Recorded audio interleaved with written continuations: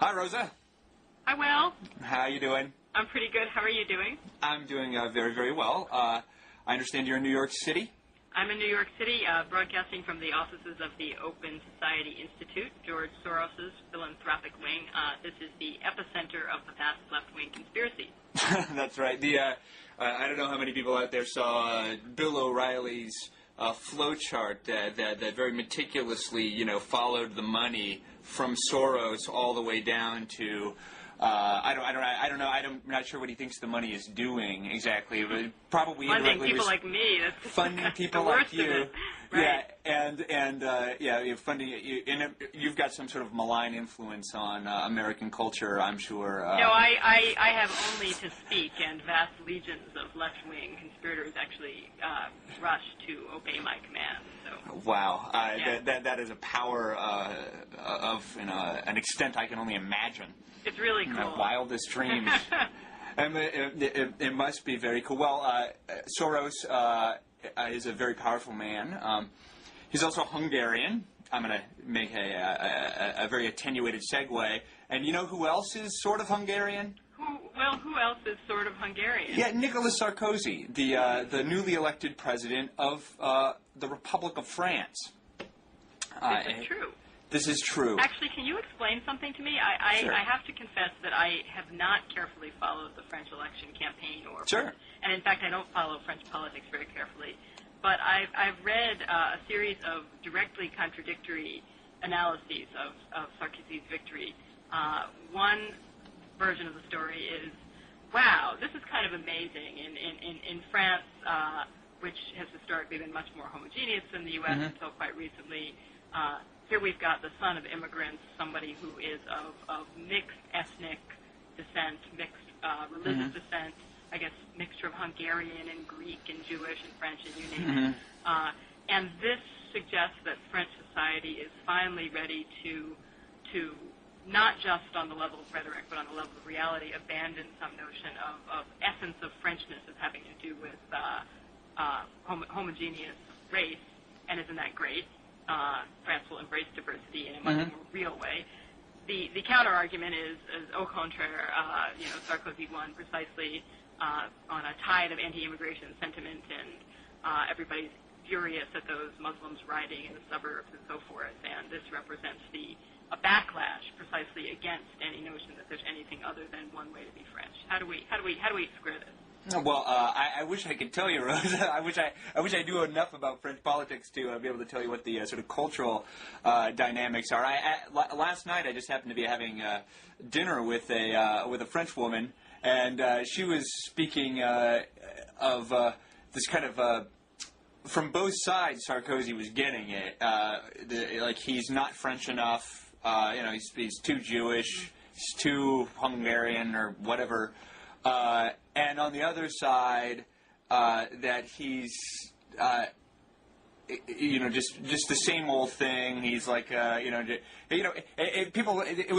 whole thing was sold in the press as some sort of like big, change in the direction of France. But, Sarkozy is just a member of the party that was already in power, and was tepidly endorsed by Chirac, and I think he's just sort of a successful centrist candidate who is more law and order than Royal was perceived to be. So he can get the vote. People would believe that he would try to do something in terms of public order when it comes to doing something about all the rioting that's constantly going on in the suburbs of Paris and shuts down the streets on a periodic basis. But I don't think he's really that much out of the mainstream, and I think the fact that he does have an immigrant background might actually allay some of the fears that he would be especially fierce towards immigrants. That's my completely untutored and uneducated speculations. Okay, well, so we can title this part of the dialogue "France Still a Mystery." Still a mystery. Still a mystery. One thing that's not mysterious about France is that its economic policy has not been outstanding in recent years. They've had really high levels of unemployment, and they have low levels of economic growth. And as I argued in a recent National Review article, that is partly responsible for why the French, relative to other developed capitalist countries, are rather less happy. They report... But the French like being unhappy. What can this possibly mean? The French enjoy unhappiness, and therefore, this is one of those things that just means that they're happier than ever. They're happier than ever. They like being, sort of existential malcontents, right. dragging on their clove cigarettes. And this is my wild overgeneralization of the day. Yes. Yeah, I'm sure that's true. They like being happy. The funny thing is that in these cross-country happiness surveys, and I talk about happiness too much here, so I won't talk about it too much. But the Danish consistently come out right at the top. And the Danes, I guess they get this reputation. And if the Danes are happy, that kind of discredits the whole concept of happiness. Yeah, I mean, they're historically understood as gloomy people. Right, right. But apparently they're supposed to be happy because they've got such low expectations. They think everything's going to go to crap. And then when it doesn't, they're a little bit, tickled that the world hasn't followed. Right. Now, I understand that you don't like all this happiness research. I research. just think everybody should shut up about happiness. Not you, but just in general. I think that we are way too obsessed with the idea of happiness. This is something I've been thinking about a little bit, partly because my mother is working on a book project on the cult of cheerfulness, as she calls it. And so I've been listening to her rant and rave about this, but I've also been doing a little bit of writing myself about both about happiness and about something that seems to me to be the flip side of the same coin, actually, which is sort of the idea of trauma and the idea that I wrote about this in the context of the Virginia Tech shootings, for instance, the notion that after the shootings that we could expect the entire nation to be traumatized. And that grief counselors had to reach out to people in North Dakota who didn't know anybody at Virginia Tech, but nevertheless might be traumatized. And by the very possibility of violence in the world. At reading about this, at thinking about something bad, that they would then start having nightmares and need counseling, which strikes me as a I can't talk. Pathological? Pathologification. Pathologizing, how about that? Pathologizing of perfectly normal human responses to something very sad. Yeah. I mean, the Virginia Tech massacre was tragic. It was awful. It's an appropriate reaction of any person who didn't know anything about the victims, didn't know anything about Virginia Tech, would be, well, that's terrible, that's shocking, that's sad. An appropriate reaction would then be to put it in perspective, say, life is full of things that are tragic and shocking and sad, and reflect on this for a while and go on with your life, and ideally give some thought to, are there any public policy changes that would reduce the number of tragedies like this? What's the evidence for or against more gun regulation helping versus not helping, versus more mental health intervention, whatever. I mean, you go and you have, that's appropriate, but let's not sink into some notion that all unhappiness, all shock, all sorrow is a form of pathology, and the happiness stuff strikes me as the, very, very connected to that, which says that if you're not happy, that you somehow... If you're not constantly identifying yourself as happy, that you've got a problem and or your external circumstances have a problem, and it just bugs me because it precisely seems to me to be a way of getting away from things that we actually can measure, can quantify, like, for instance, if you're starving to death, or if you're dead, or half dead, or living in a war zone. We can say something about what's happening to you in this sort of mushy, touchy-feely business of happiness.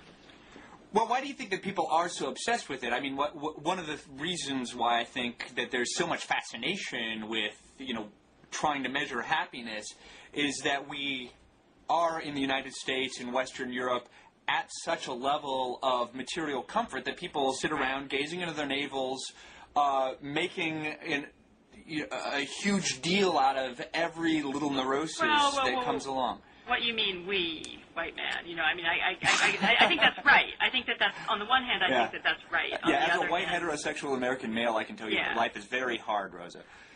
Well, but seriously, I think you're both right that only when you're in a pretty luxurious situation do you sit around pondering precisely the gradations of happiness that you feel, and getting fixated on, are we less happy today than we were 10 years ago as a culture? But I also think that pop psych is written by the elites, right? It's not necessarily a set of concerns that is shared across class divides, across racial divides, etc. So you think there's a class and race? There's a different conception of what a good life amounts to in different classes? No, I don't think that particularly necessarily. But I think that the preoccupation with the recent cultural fascination with the idea of measuring how happy we are as a society strikes me as a class situated preoccupation, which is a separate question from whether everybody shares the same view of the good life, which on some basic level I'm sure everybody does. And how much you need, and as you've probably delved much more deeply into the science of happiness, such as it is, than I have. But while people may have a different notion of how much is enough, how much stability, how much money, et cetera, is enough as a baseline, that still everybody wants stability, everybody wants reasonable prosperity, everybody wants health.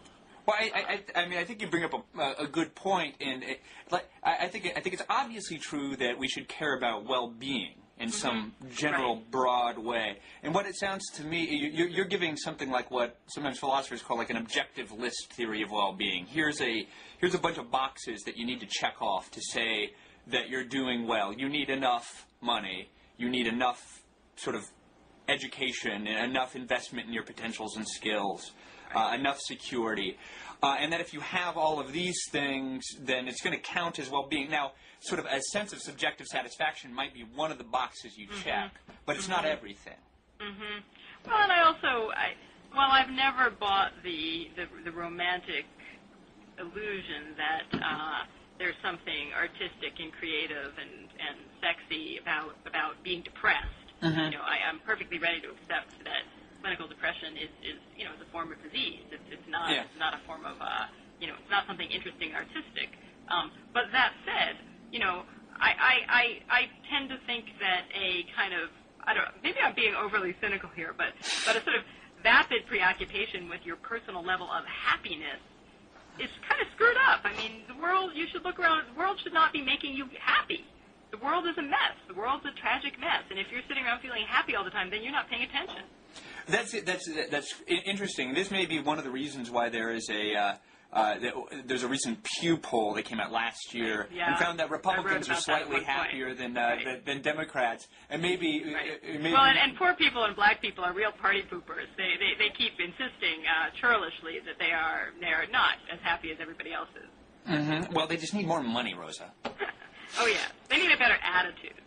Yeah, well, I agree with you about the pathologizing, the pathologification. Is that a word? Is that a word? I don't know. It is now. I think all the kids are going to be using it. But the idea that on the flip side of happiness, that any kind of sadness or any kind of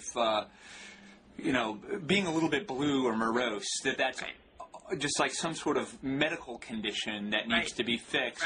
There's a new book that's coming out very soon called The Loss of Sadness by a couple psychiatric theorists. I think Horwitz and Wakefield are their names, and they argue that the DSM category, the Diagnostic and Statistical Manual that has the diagnostic categories for all the psychological ailments, that the category for depression is so overbroad that it basically counts just totally normal sadness as depression, and then they argue that there's all sorts of negative effects that follow on the heels of medicalizing normal sadness. Right, and that you need to distinguish between depression caused by the death of a loved one versus lifelong struggle with depression. That's right. Yeah, I think so. And then, but there's a fascinating whole set of issues involved that this broad, open-ended category it kind of created its own constituencies. Like pharmaceutical companies can sell you the fact that you're sick. People like to take drugs that make them feel good. But in our culture, you have to be technically sick in order to get them. So this is actually... Legally. Yeah, to get them legally. Right. So this is a way for people to get mood-enhancing drugs fairly easily, even if they're not sick in any meaningful way. So it's created this sort of there's these whole constituencies for the medicalization of depression that I think is pretty well, and I interesting. think it's very much related to the issue of trauma. I mean, one of the going back to the I look forward to reading that book. It sounds really interesting. Mm-hmm. But one of the striking things about the history of the idea of post-traumatic stress disorder, mm-hmm. And this now I'm plagiarizing my father, who's a psychologist. So wow. anything I get wrong is actually my fault for not listening to him well enough. Oh, okay. But my understanding is that it's a diagnostic concept that really is very much rooted in a political history. It emerged post-Vietnam War. Out of the work of psychologists like Robert J. Lifton, psychiatrists like Bob Lifton, with Vietnam vets, trying to argue against the idea that somebody who was suffering psychologically after being a soldier in Vietnam must have been somehow psychologically weak to begin with, and instead saying, wait a second, no, there are probably experiences that even for a psychologically healthy and normal person would produce a cluster of symptoms that might need to be treated, and let's not blame the victim, the soldier, for having those experiences. Let's instead focus on that. Then the early women's movement adopts the concept to talk about what women might suffer as a result, what a normal woman might suffer as a result of rape or sexual assault or incest. But so there you have the idea is very much situated in some notions of justice and injustice, of violence, of power relations.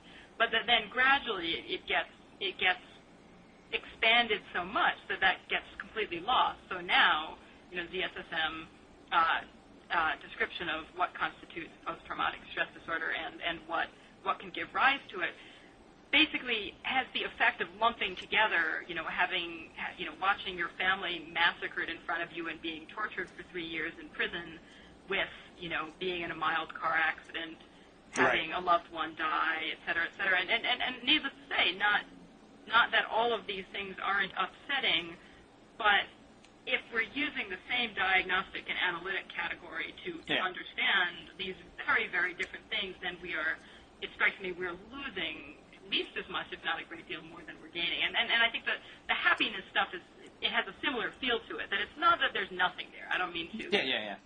That of course, I want to be happy as much as the next person does, blah, blah, blah. Well, I think I agree with you that I think the thread that runs through, like the happiness stuff, the depression stuff, the trauma stuff, is kind of a loss of perspective, right? That there's lots of elements of a good life. Some of them are positive, some of them are negative, and sort of like a healthy person is able to put all of those things in a framework that's meaningful. And the things that you know that a car accident isn't as bad as having been raped or having watched your, and you know that if you're a wealthy American with tons of stuff, that whatever problems that you have are fairly trivial relative to people in Africa who just don't have. It depoliticizes, it decontextualizes, and then precisely for that reason, it sort of operates to divert our attention from again going back to some things that we can quantify that have to do with relative degrees of social and economic power, with relative degrees of violence, with relative degrees of political repression. And so without wanting to completely poo-poo happiness and say that we shouldn't care at all about it, of course we should. I think you have to keep your hands on your wallets, metaphorically speaking, when people start talking about it. Well, let's shift gears slightly to our next topic. One fun fact in the happiness literature is that one kid, if you have one child, that has some positive effect on your happiness, but the the benefits of additional children have no discernible positive effect. But it can be argued that it's sort of vacuous to be having children to make you happy. What's that? I said depends on the child. But depends on the child. Now, I understand you have children. You said you just got back from vacation. I have 2 kids. Well, it wasn't exactly vacation, but I just spent 2 nights in a very small hotel room with my 2 small children. So let me tell you about the effects of small children, not necessarily on your cosmic happiness, but at least on your how sleep deprived you are, which in turn has an impact on your happiness. Yeah, well, I got in this debate a little while back on my blog with our Blogging Heads TV colleague Rosa Dawkins, who had a post about, well, look, even if kids doesn't make you happier, isn't the happiness of the parents sort of a vapid reason to have children? And I thought he was sort of making an argument that there's you kind of have a duty to reproduce. Oh my God! I think some people have a duty not to reproduce. Yeah. Well, I don't think he was actually saying that, but he was wanting to say something quite strong that there's such overwhelming value to being the parent of a child that you'd need some sort of special justification for choosing not to have one. And he said something to the effect that there is a kind of I forget if the word was narcissism or a certain kind. I think he said deplorable solipsism. That there was a deplorable solipsism in the choice not to have children. Well, but I mean, equally, you could say there's a tremendous amount of narcissism for those of us who choose to reproduce. What's that all about? You want your own genetic, mishmash to go forth into the world for what reason exactly, other than your ticket in the genetic lottery. Yeah. It's odd. I mean, I on the one hand. Having had children now, they're wonderful, they're amazing, and it's certainly true that they're wonderful and amazing in ways that I didn't fully comprehend before I had them. That it is one of those things where both the hard things and the great things about having kids, on some fairly deep level, you literally can't comprehend them before you have kids, and on some level that's probably just as well on the the hard things about it, because nobody ever reproduced if you really quite understood how hard it was going to be. That we none of us know. You don't know until you do it, and then you discover. So on the one hand, I'm all of my childhood friends, I'm perpetually lobbying them to have kids because I like my kids, and you think they'll like their kids? I think they'll like their kids, but I recognize that as an intellectually and morally bankrupt theory. I mean, you go out on the street and you look around you, and it's very hard to sustain a belief that, everybody ought to be rushing out and having kids. I mean, and you look at the interactions between kids and parents that you see in the supermarkets and at the playgrounds, and you think, boy, actually, on the contrary, a whole lot of people, really should not actually be having kids, and they kid themselves into thinking they should.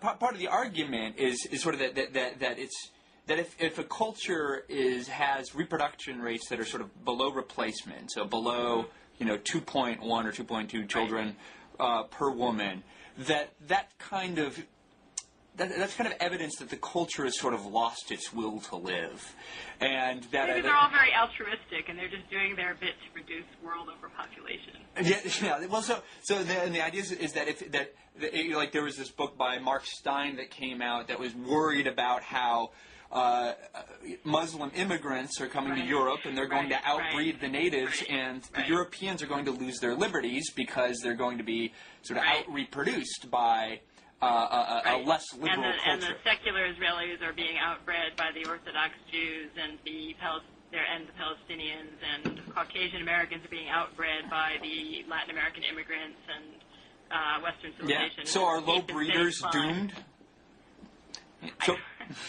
So what? I mean, maybe they are and maybe they aren't, and if they are, that's, okay.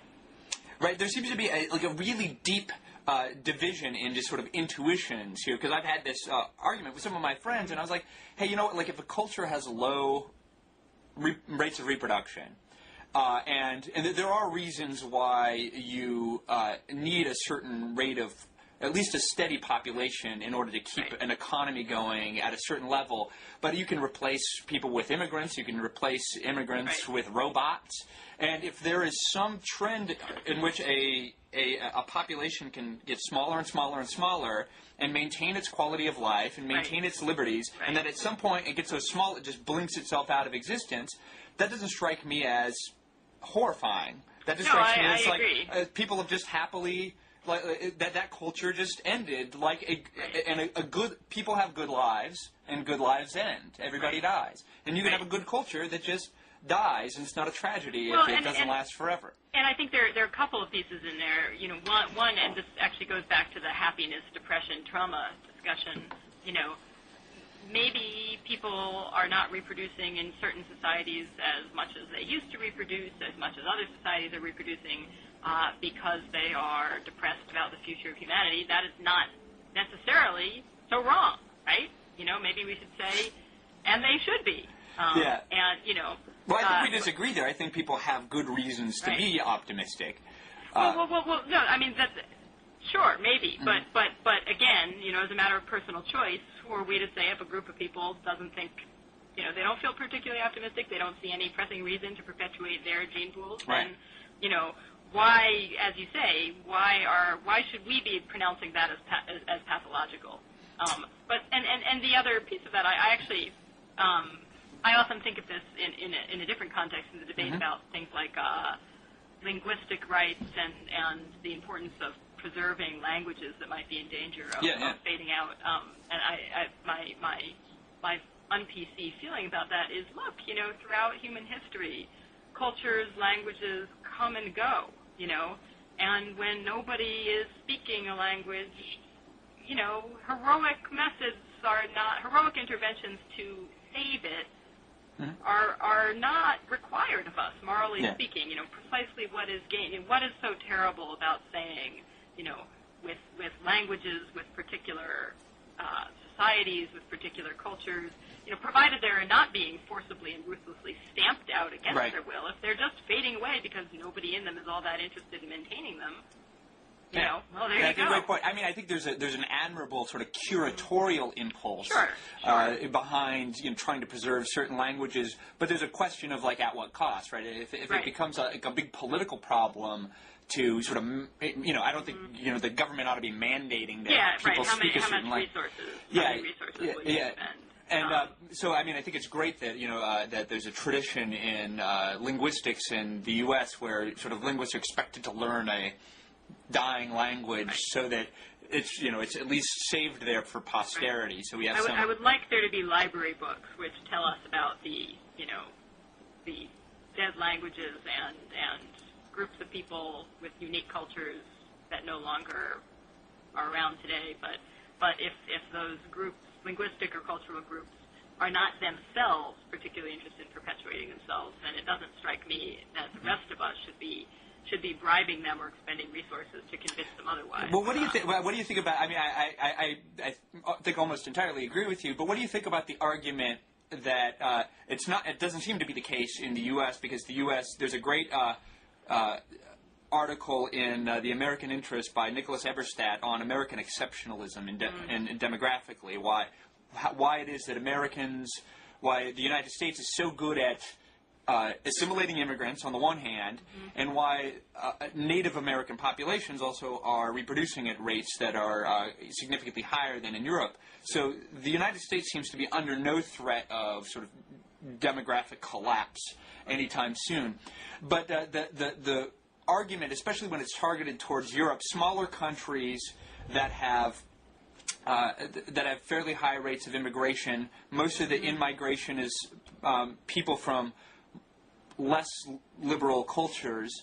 What do you think about the idea that natalist policies, native reproduction policies, are merited in terms of the preservation of a liberal ethos as against an illiberal one? It strikes me as going at it in the wrongest of wrong ways. I mean, I think that it is worth trying to preserve a liberal ethos, but I don't think that liberal ethoses aren't passed along genetically, and there's no particular guarantee not to get into the nurture versus nature debate, but there's no particular guarantee that the children of people with a liberal ethos are themselves going to grow up to have a liberal ethos. Maybe, maybe not. Indeed, the minimal extent that I know have read about some of these issues, peer groups seem to matter at least as much as parents. If they're going to school with children who have a less liberal ethos, that these children of people with liberal ethos may lose theirs. Who knows? It just seems to me that you're going at it the wrong way. That you do a lot better to invest resources, intellectual resources, financial resources, whatever kinds of resources, into trying to create a climate in which a liberal discourse and liberal politics can flourish, rather than in trying to pay people to have more children on some weird notion that this is the way to combat intolerance and illiberalism. It just seems so regressive. I agree with you. I think the benefits of freedom ought to be able to speak for themselves. And if they can't speak for themselves, let's help them along, but not through insisting that liberal people have more babies. Yeah. Well, I think we're agreed. I'm delighted that you like your children. I do like my children. How do you mind if I ask how old they are? My older one turned 5 in December. My little one will be 3 in June. So you've got a ways to go. They do not share my liberal ethos at all. I have to say, they don't. No, I see no evidence whatsoever that any sign of a liberal ethos in them so far. I'm working on them, though. You're trying to propagandize them. Yeah. Oh, absolutely. I do not lose a second. Ceaselessly try to propagandize them. Mm-hmm. Well, let's move on. I could think of some segue, but I don't want to bring your children into it. So I want to talk briefly about this article that was in the Wall Street Journal 2 days ago by Garance Franke-Ruta, another one of our eminent blogging heads colleagues. And in that essay, she argued that things like Girls Gone Wild and their creator, I'm blanking out on that guy's name. Yeah, me too. But he's a certifiable sleazeball. Right. But Joe maybe? Francis? Yeah. Something like that? Yeah, something like that. Yeah. Well, Garance was arguing that the specific way in which this sort of this kind of thing works, where these drunk college girls are all of a sudden thrust into a position where some guy has a camera and is plying them with liquor and cash to display their secondary sexual characteristics. That there's something distinctively exploitative about this, and that the age at which young women ought to be able to legally agree to participate in this kind of behavior ought to be moved up to 21. What is it now? 7.5? 7.5. I think it's 18. So I think if you have something that's sexually. You have to have something that's sexually explicit. They have to sign something, and the production company has to have records on file that prove the age of the participants in your photographs or videos. And do you think that 18 is too young to be able to make an I think clearly about 47 is too young. I don't know. I mean. I think 18 is too young, but I don't see that 21 makes any difference. I think that it's arbitrary. It's completely arbitrary. There are always going to be immature and stupid, 92-year-olds, and there are always going to be mature 10-year-olds, and I think that doesn't mean you don't arbitrarily set the line somewhere, but the idea that it's going to make a great deal of difference if you shift it from 18 to 21 strikes me as illusory, particularly because Joe Francis, or whatever the guy's name is, he's hardly the only temptation to exploitation and stupidity experienced by college kids today. It's not totally obvious to me that I take her point to be that these young women think that this is just a big joke. There they are, they're on spring break, they're drinking, they're having a great time. They get, maybe they get a little bit of money or whatever, or maybe they just think it's fun, and they say, oh yeah, sure, take pictures of us with our shirts off, posing suggestively, and they're not thinking about the fact that, someday when they are running for president or seeking Supreme Court confirmation, that this will surface and wreck their career.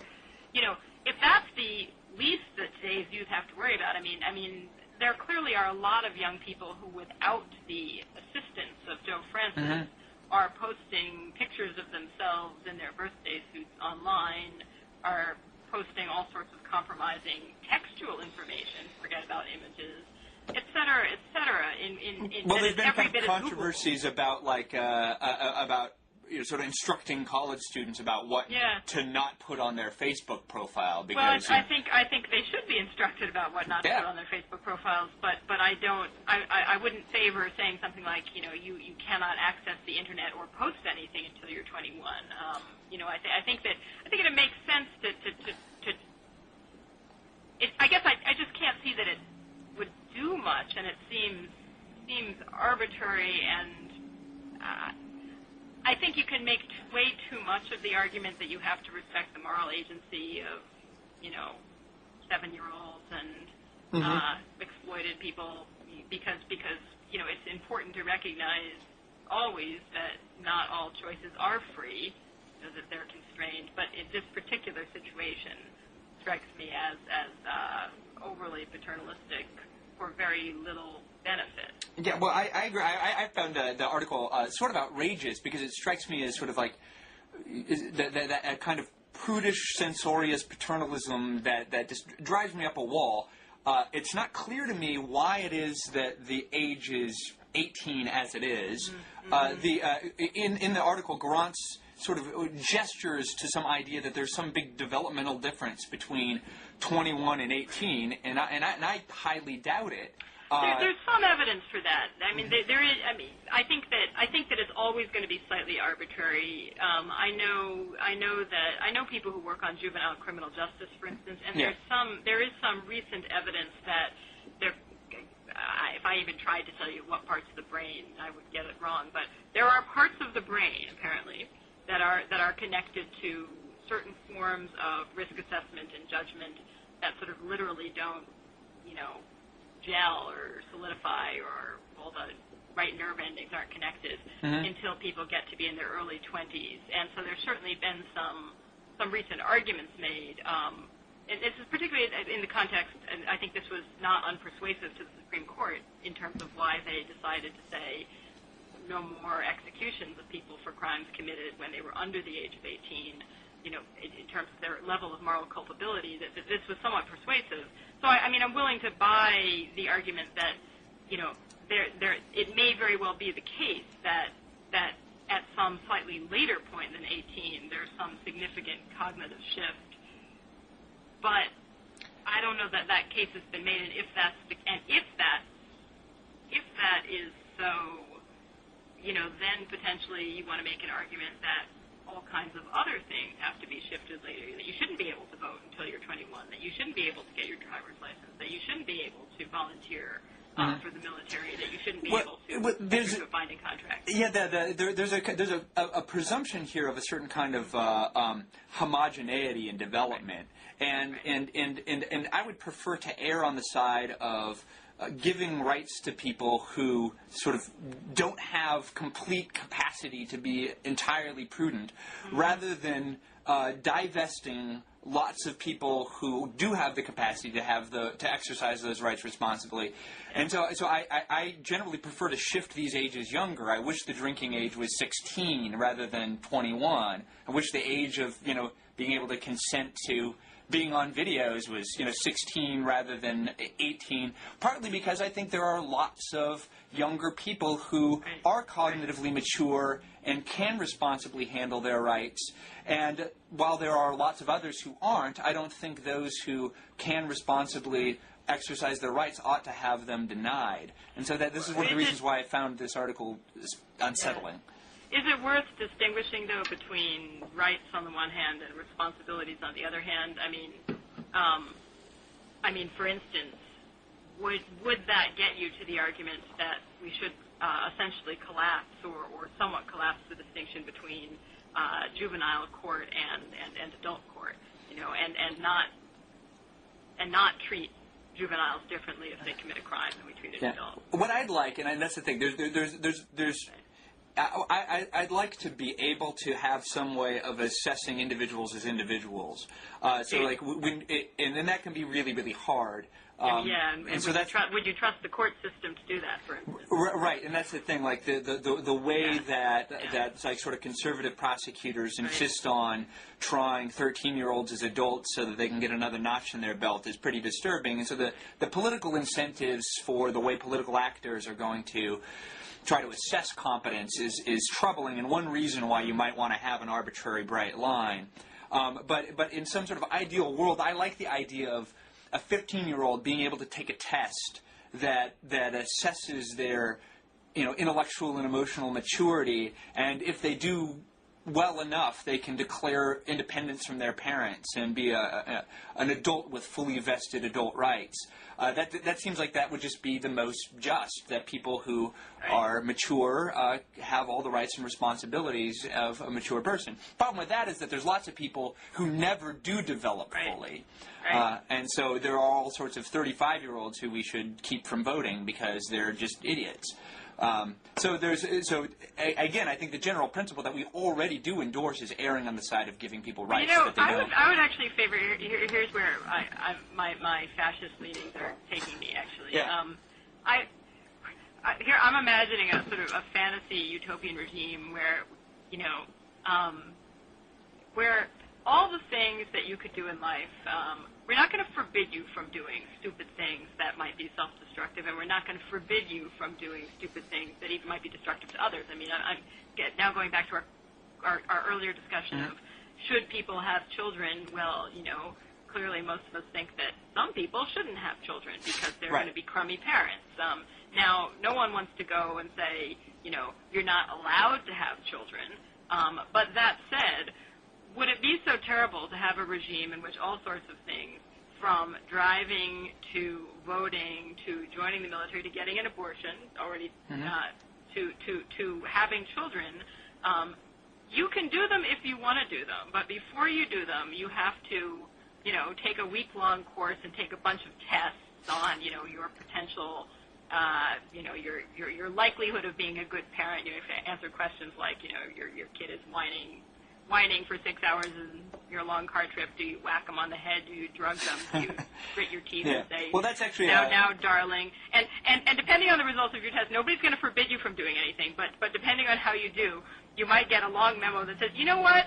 You would probably make kind of a crappy parent at this point. You might want to defer this. Or you know what? You don't seem to be a good candidate for giving your consent to being in a semi-pornographic video because you obviously have no idea what you're doing, so think twice. Or maybe you really shouldn't be voting because it looks like you don't know anything about civics, so maybe before you vote... It sounds like your utopia is a world in which everyone has a good mother. Yeah, okay. All right. Is this totally fascist of me? No, but that's what it sounds like. It sounds like that function. Yeah. Your mother's not going to stop you from having children, but have you ever thought that maybe you wouldn't be the best father? Maybe you shouldn't take your shirt off because Yeah, has it occurred to you? I mean, it's the equivalent. It would, on a larger scale, societal equivalent. I mean, and indeed, this everything is connected. Everything goes around a big circle. Well, this goes back to somehow or other to the issue of if a birth rate is declining of a population with liberal ethos, do you try to encourage them to have more children, or do you instead try to increase the amount of information out there that would inspire people to adopt a more liberal ethos if they don't come from families or cultures that encourage that? And it strikes me that here too, rather than saying let's prohibit people from consenting to being in these videos until they're 21, instead, as an alternative, build on the idea that all college freshmen should have to sit through an hour where somebody says, let me tell you a bunch of horror stories about kids who put stuff up on their MySpace pages and live to regret it. And then you go do what you want. But we just want you to have this in your mind, and let's replicate that with a wider range. Reminds me of the movies I had to watch in like eighth grade sex ed, where they show you grim pictures of people with the clap or something like that. Right, and crumpled cars, and and like what's going to happen to you if you ever smoke a joint, right? You're gonna start climbing the wall and clawing your eyes out. Okay, now I'm beginning to feel a little silly because, of course, we just giggled at those things. Do you think they did us any good? Of course. I don't know. Maybe here's something that you ought to take a course on. Another lame attempt at a segue. Most people, just come into the world and they inherit the religion that their parents give them. Right. And it's not obvious that you're going to be better off being religious than not religious. Should people be required to take a course that informs them of all the tenets of the various religions so that they can? Oh my! Yeah, here's a certain type of. It would be kind of a long course. It would be a kind of ideal. I mean, there's a certain kind of ideal of liberal autonomy that says that your identity ought to be something that you choose, that you affirm, that you endorse. And part of the problem that some people have against things like homeschooling or things like that is that parents can keep their kids in a kind of bubble, and that the children never have a sufficient chance to, construct their own identity. My parents are members of a sick religious cult, right? Yeah. Right. Maybe. Maybe this, and it's not clear that parents do a good job of raising their children at all. So maybe we should have a panel of experts who me. You. How about me? Yeah, that seems to be the problem. I'll be in charge. We all want to be the expert. Yeah, totally. Yeah, and to have the perfect parenting program that every child is somehow I was going to try to go to atheism, and I got lost in something else there, Rosa. But one thing that we're going to talk about is why there's so much talk of atheism these days, and that this is kind of a mystery to me. Is it because of the cultural salience of the evangelicals that have created a kind of godless backlash? Right. It is a good question because I see there are a whole bunch of new books out by prominent people staking out pro-atheist positions, like Christopher Hitchens, and now on the one hand you could say people like Christopher Hitchens should like a good brawl no matter what, but yeah, it seems like it must mean something, and maybe it is a kind of a backlash against the increasing both the dominance of evangelical Christianity as part of the political debate in connection in the last couple of decades. But it's interesting because it seems to me that was, of course, political. We're not so much worried about the rise. The people who are worried about the rise of evangelical Christianity aren't so much worried about the rise of evangelical Christianity as such. They were worried about the rise of a brand of evangelical Christianity that was very right wing, and that expressly was interested in worldly political power as opposed to expressly distancing itself from questions of worldly political power.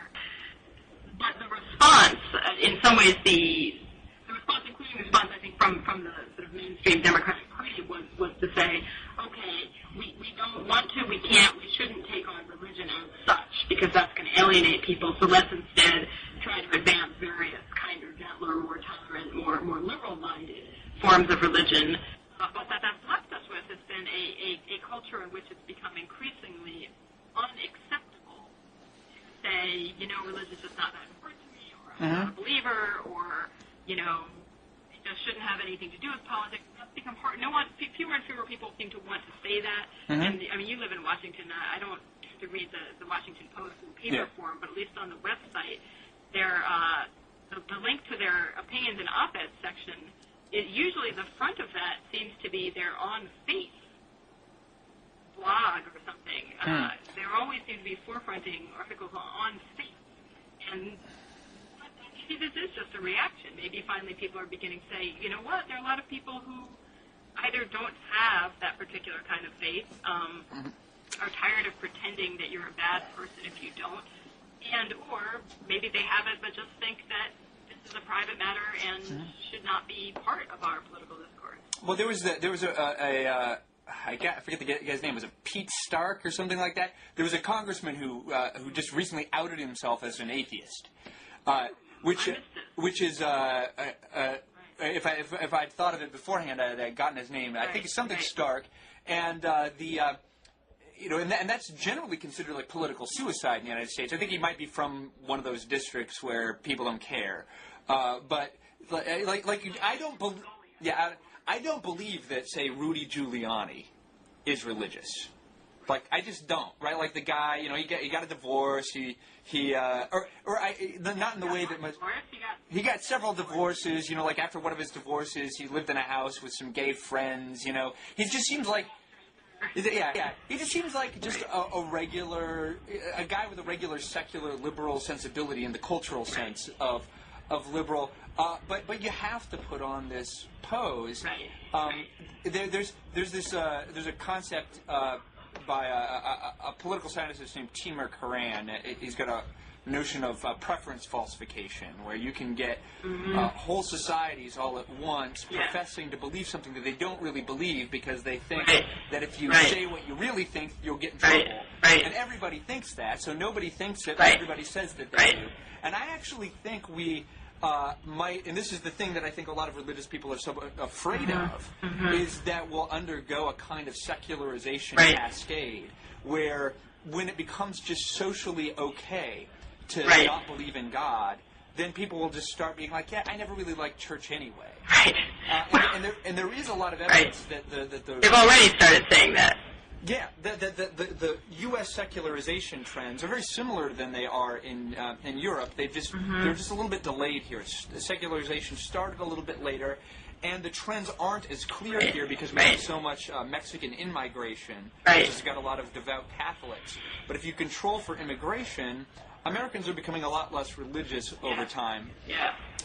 And I think this is a big concern of the right. And so I think that's why there was so much sort of fury about banning, like getting a constitutional amendment against gay marriage or something like that, is because the moment at which that is possible is going to quickly, it's going to be gone. It might already be gone. I think it's already gone, Yeah, it was gone last week or 2 months ago.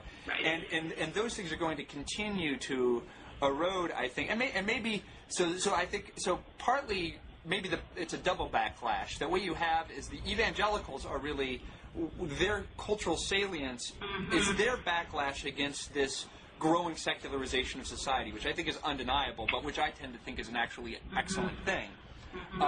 And then the evangelical backlash has evoked, a further secular backlash. So you've got Richard Dawkins and Daniel Dennett and Christopher Hitchens saying how awful religion is.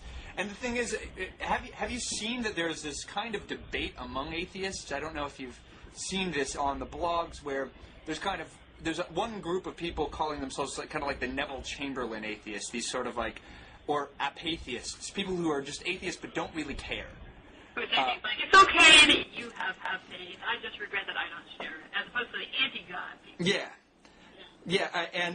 And lately I think I've been, even though I get really kind of annoyed by Richard Dawkins, who I think is just a horrible rhetorician when it comes to some of these things, because he is so sort of brutish. I find myself siding more and more with the anti-God people. There's something about the sort of I really envy your ability to live a life of faith. I start finding that kind of grating after a while. Right. Yeah, well, it's interesting. Well, you put the term preference falsification. I haven't heard that term before, but it's a great term. And I think that this is true on lots of things. In a way, I think that we live in a society in which a great many people are, who knows, perhaps the majority of people are dismayed by the accepted verities and the piety. But no one has the guts to be the one to say, wait a second, what is this garbage? What is this garbage about trauma? What is this garbage about faith? The world feels different to me, because everybody thinks that they'll be shunned if they say that. And it's actually kind of an interesting question. Well, what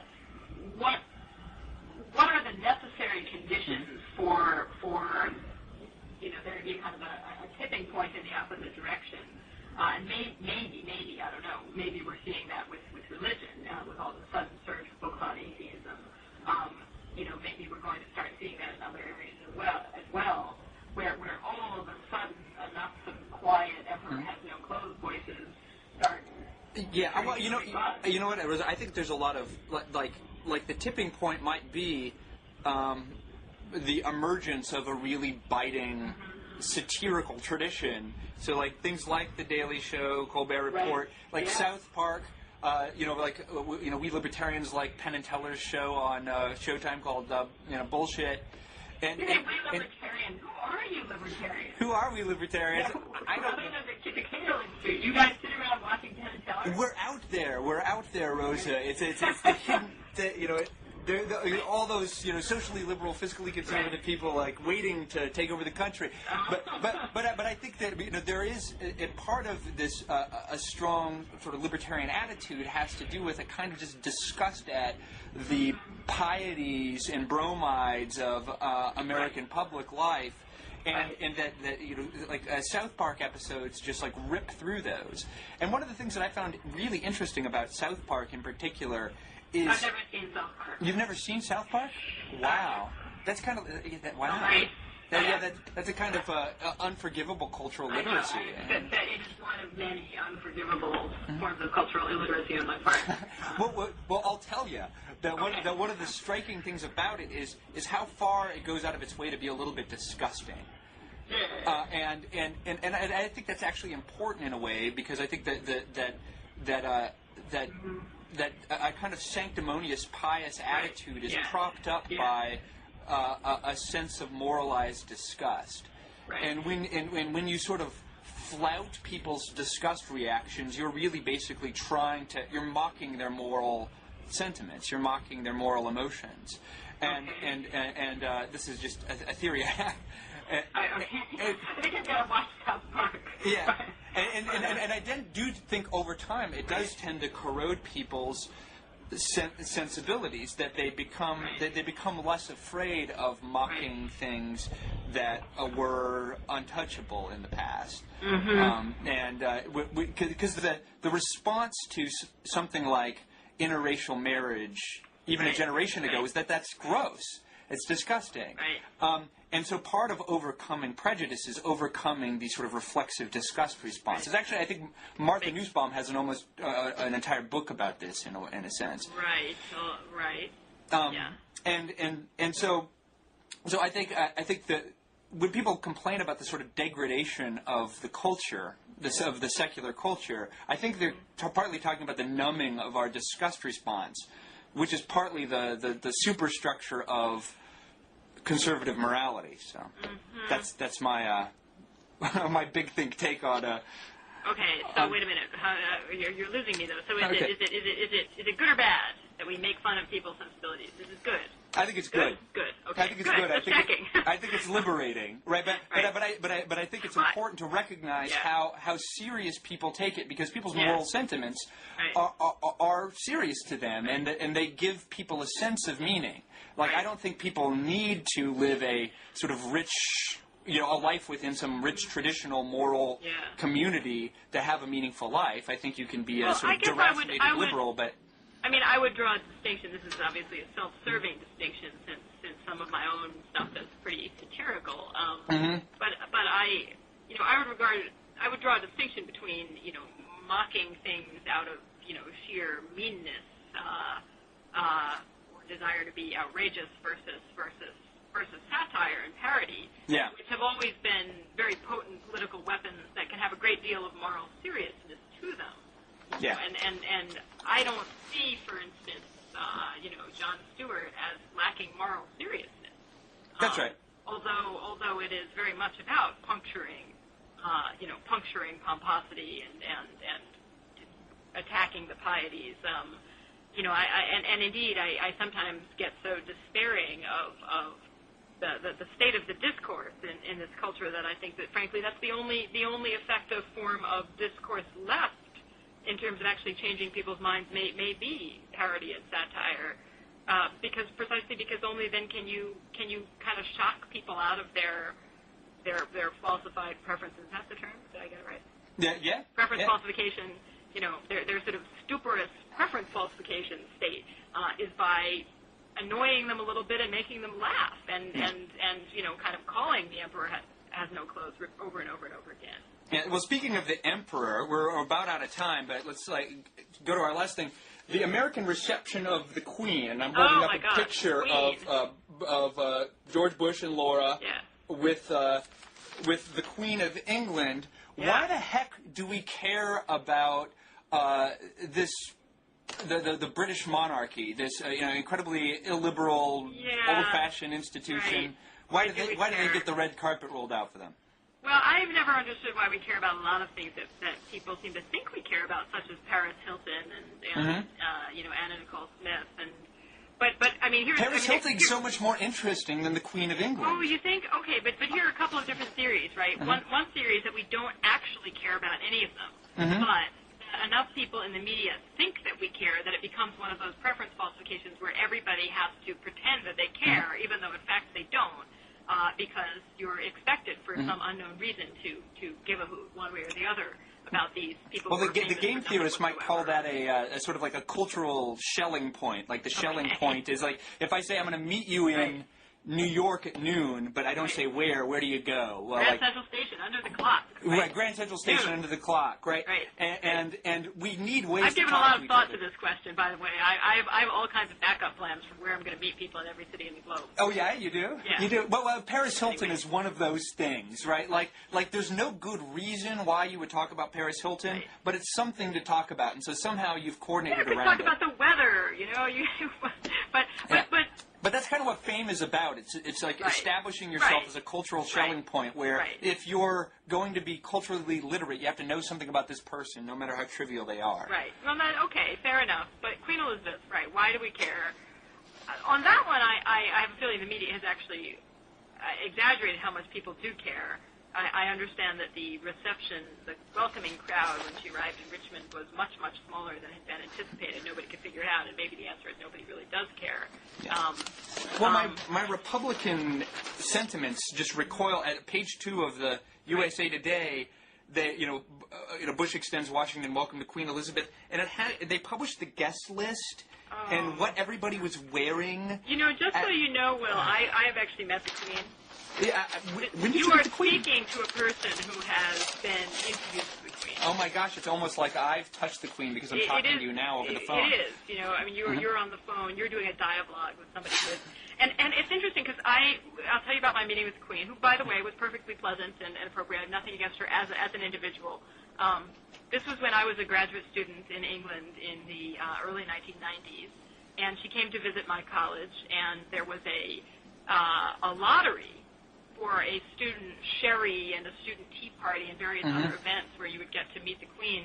And I somehow was a winner of the lottery somehow, and so I was among the group of students who was selected to meet the Queen. And they prepped us. This is at Oxford. They prepped us. They wanted us. They didn't literally make us take a course, but they instructed us on proper behavior when meeting royalty. Such as you do not offer your hand to the Queen. You don't say, "Hey, Queen, how are you?" What's up? Yeah. Right. You don't do touch her. You don't offer your hand to her unless if she offers her hand to you, you can shake it. But otherwise, you curtsy. If you're a woman. I find it disgusting. I mean, because this is my moralized disgust about the sort of lack of equality. Right, and I found it, and my reaction as, admittedly I was just sort of a bratty 22-year-old or something, but I thought, I'm not going to curtsy. No, I'm not going to be rude. I'm not going to say, screw you, Queen, good thing we won the war. Too bad they didn't take out Buckingham Palace or anything. But on the other hand, I'm not going to curtsy. You're not her subject. I'm not her subject. I'm an American citizen. We fought a war against these people. And most of my American friends thought I was somewhere between crazy and rude for feeling that way. And well, I don't know. I congratulate you. The Declaration of Independence. I congratulate you for your refusal to be subject to a hereditary my little act of aristocracy. Rebellion. Yeah. Yeah. Well, did you hear about Prince William's girlfriend, Kate Middleton? Yes, she was not posh enough. She was not posh enough. Apparently her mother said, excuse or pardon me, instead of what? Well, and her mother was chewing gum in one, an ascot or something. Yeah, well, that just makes me so screw the royalty. Right. I hope the whole system collapses one of these days. But for the record, the Queen was very polite and nice, and the curtsying issue did not arise because her hands were full and she had sherry and flowers. And she is no doubt a lovely person, but the institution has more than it's way past its sell-by date, so to speak. And épatez la bourgeoisie, eat the rich, and down with the monarchy. All right, well, it's time to wrap it up, so I will talk to you later. Rosa, it was a pleasure. Okay. Well, thanks very much. I'll talk to you soon. All right, bye-bye.